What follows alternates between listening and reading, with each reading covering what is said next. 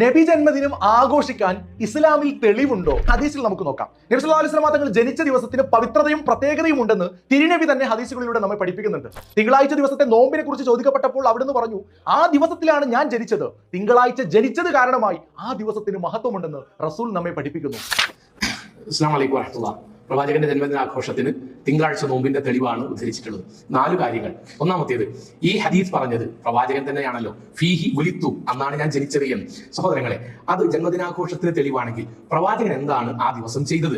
പ്രവാചകൻ അത് ഞാൻ ജനിച്ച ദിവസമായതുകൊണ്ട് നിങ്ങൾ മീലാദ് ആഘോഷിക്കണം എന്ന് സഹാബാക്കളോട് പറയുകയാണോ? പ്രവാചകന്റെ വീട്ടിൽ ആഘോഷം സംഘടിപ്പിക്കുകയാണോ ചെയ്തത്? അല്ല, പ്രവാചകൻ അന്ന് നോമ്പ് നോൽക്കുകയാണ് ചെയ്തത്. അഥവാ ഒരു വർഷത്തിൽ 53 നോമ്പാണ് പ്രവാചകൻ സല്ലല്ലാഹു അലൈഹി വസല്ലം ഓരോ തിങ്കളാഴ്ചകളിലുമായി ഒരു വർഷം കൊണ്ട് നോമ്പ് നോറ്റത്. സഹോദരങ്ങളെ, ആ നോമ്പ് നോൽക്കാനുള്ള ഹദീസാണോ ഭക്ഷണം കഴിക്കാനുള്ള മീലാദിന് തെളിവായി നമ്മൾ ഉദ്ധരിക്കുന്നത്? രണ്ടാമത്തേത്, ഈ ഹദീസ് പ്രവാചകൻ പറഞ്ഞത് സഹാബാക്കളോടാണല്ലോ.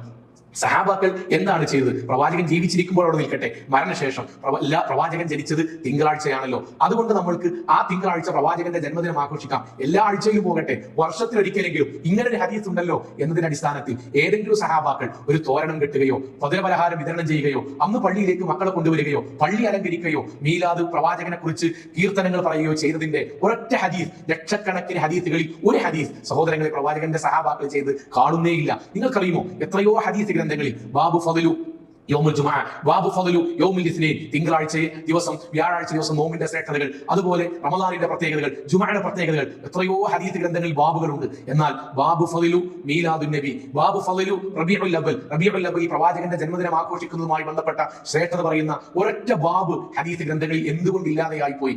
ഏറ്റവും അവസാനത്തേത്, ഈ ഹദീസ് നമ്മൾ പറഞ്ഞ തിങ്കളാഴ്ച നോമ്പിന്റെ ഹദീസ് പണ്ഡിതന്മാർ ഇമാം മുസ്ലിം ഉദ്ധരിക്കുന്ന കൊടുത്തിരിക്കുന്ന ബാബ് എന്നറിയുന്ന സഹോദരങ്ങളെ, കിതാബ് അസ്സിയാം, നോമ്പ് നോൽക്കുന്ന അധ്യായത്തിലാണ് തിങ്കളാഴ്ച നോമ്പിലാണ് നോമ്പ് നോൽക്കണമെന്നും അന്നാണ് ഞാൻ ജനിച്ചത് എന്നും പറയുന്ന ഹദീസ് കൊടുത്തത്. അല്ലാതെ പ്രവാചകന്റെ ജന്മദിനവുമായി ബന്ധപ്പെട്ടതല്ല. ഏറ്റവും അവസാനിപ്പിക്കുന്നത്, നമ്മുടെ നാട്ടിൽ ഏതെങ്കിലും ഒരു തിങ്കളാഴ്ച പ്രവാചകന്റെ മീലാദുൻ നബി വന്നു എന്ന് സങ്കല്പിക്കുക.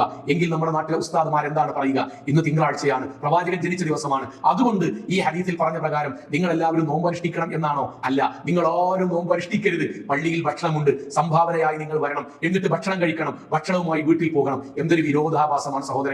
കാരണം നോമ്പ് നോൽക്കണം എന്ന ഹദീസ് എടുത്ത് ഭക്ഷണം കഴിക്കുവാനുള്ളതിന്റെ തെളിവാക്കുവാൻ എത്രമാത്രം മതത്തിൽ നിന്ന് ഒരാൾ അകന്നു പോകണം. അതുകൊണ്ടാണ് ഇസ്ലാഹി പ്രസ്ഥാനം പറയുന്നത്, മൻ അഹദഥ ഫീ അംരിനാ ഹാദാ മാ ലൈസ മിൻഹു ഫഹുവ റദ്ദ്. ആരെങ്കിലും ഒരാൾ പ്രവാചകന്റെ ചെറ്റയിൽപ്പെടാത്ത ഒരു അമൽ കൊണ്ടുവന്നാൽ അത് ഉപേക്ഷിക്കലാണ് പ്രവാചക സ്നേഹം. പ്രവാചകനെ സ്നേഹിക്കുക, ജീവനേക്കാൾ അധികം സ്നേഹിക്കുക, സ്വന്തം കുടുംബത്തെക്കാൾ അധികം സ്നേഹിക്കുക, പ്രവാചകന്റെ ജീവിതം അനുധാവനം ചെയ്യുക.